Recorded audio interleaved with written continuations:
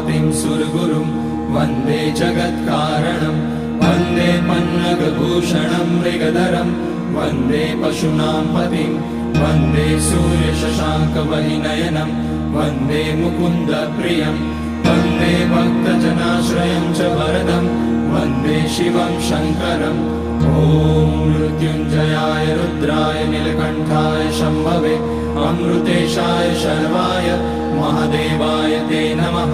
नमस्तेऽस्तु भगवन् विश्वेश्वराय महादेवाय त्र्यम्बकाय त्रिपुरान्तकाय त्रिकाग्निकालाय कालाग्निरुद्राय नीलकण्ठाय मृत्युञ्जयाय सर्वेश्वराय सदाशिवाय श्रीमान् महादेवाय नमः। ॐ नमः शम्भवाय च मयोभवाय च नमः शङ्कराय च मयस्कराय च।